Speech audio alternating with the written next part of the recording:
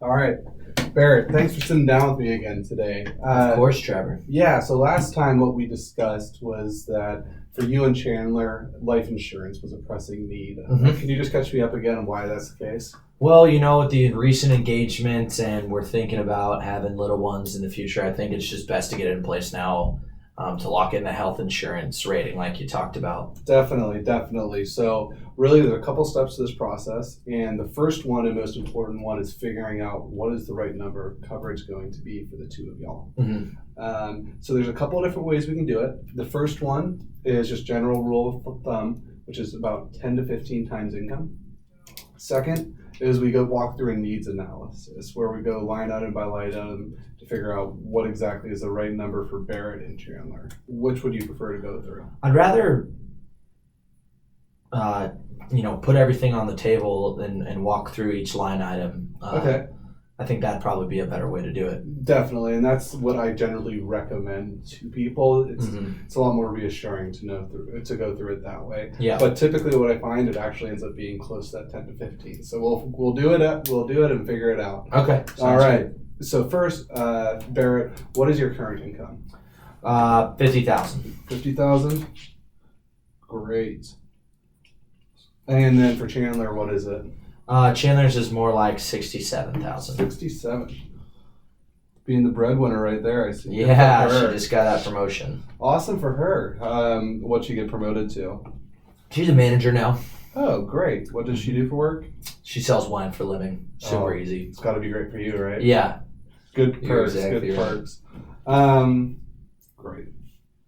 Just doing some quick math here. Oh.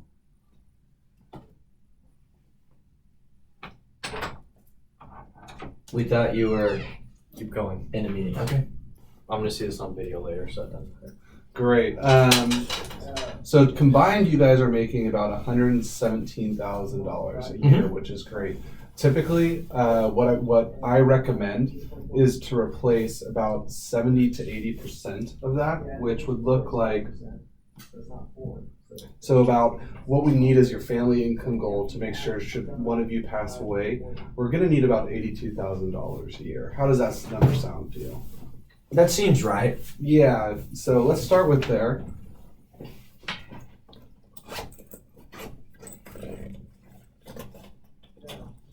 Great.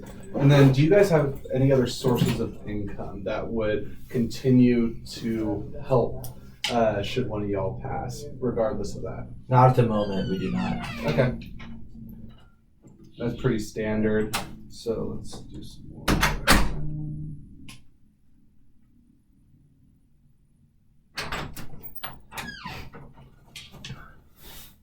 Sorry, excuse my business partner here. He can be a bit unfettered sometimes. No, it's okay. I understand. Just everybody, it's office. Yeah, I know they're pretty rude to be my clients. So I appreciate your understanding with this. Great. And then, so what happens in the event that one of y'all pass, either you or Chandler?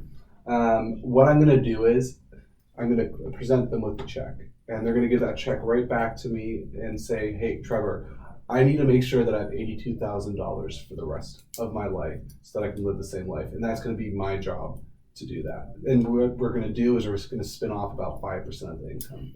How does that sound? That sounds good. Yeah. Perfect, perfect.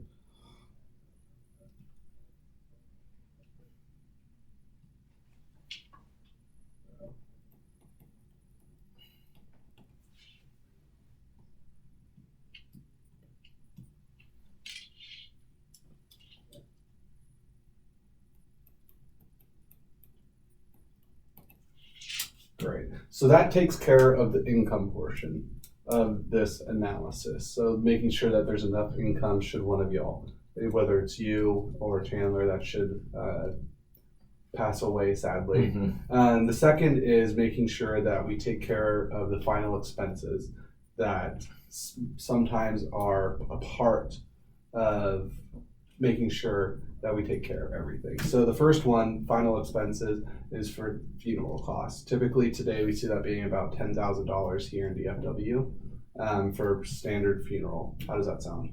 That sounds great.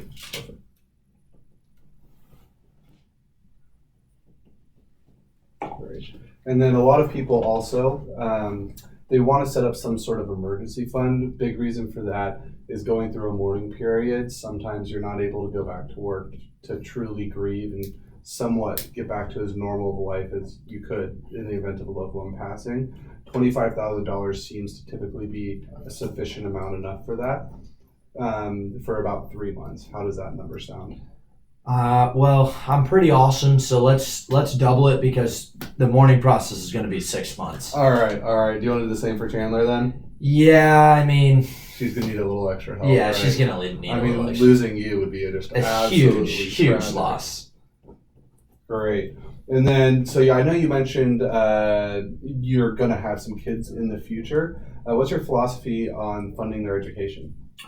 Well, I'm a big believer of they better get some form of scholarship, so we're going to cap it at 50% of their education. Okay. How many kids are you guys expecting to have? 4.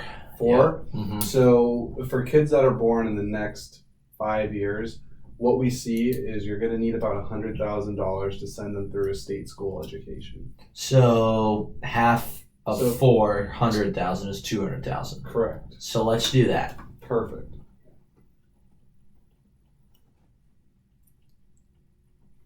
And then I forgot. Do you guys currently own a home? Yes. Okay. What's your mortgage on that?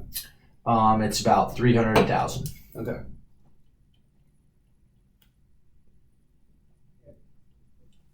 And then do you guys have any other kind of outstanding debts out there, like credit cards, education? Yeah, it's about 15,000. 15,000. Mhm. What I recommend is to knock that out as well, just so the other person doesn't have to worry about it. What is your feelings on that? Let's go ahead and knock it out. Perfect. And then is there anything else that you want to make sure gets taken care of should anything happen to yourself? No, I think that's it. Perfect.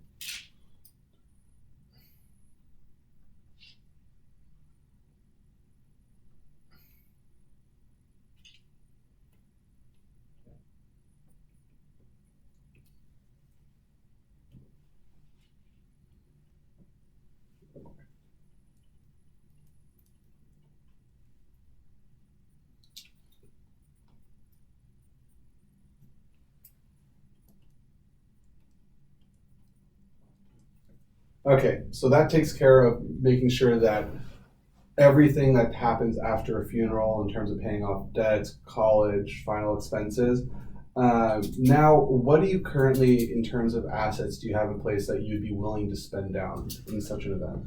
Well, I've got about 100,000 in the stock market that just accumulated, and Yeah. it's pretty much just sitting there, and is kind of there in case of an emergency. It is Yeah, so we would be comfortable spending that down. spending that down. Okay, Mhm. perfect.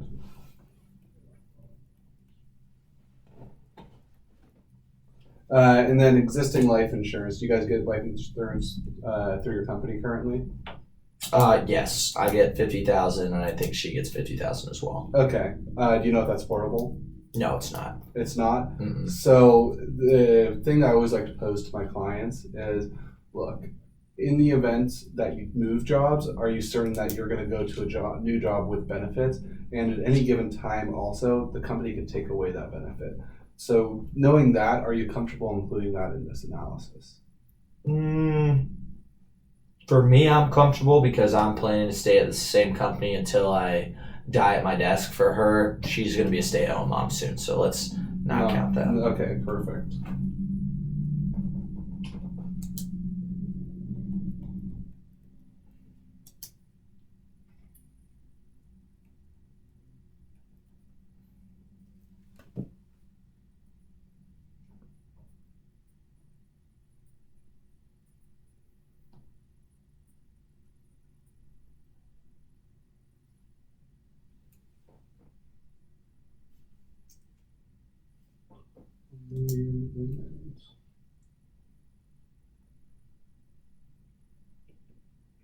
Okay, great. So after doing all the math and looking at all of this, it looks like you, Barrett, are going to need about $1 million in coverage, and Chandler is going to need about 1.1.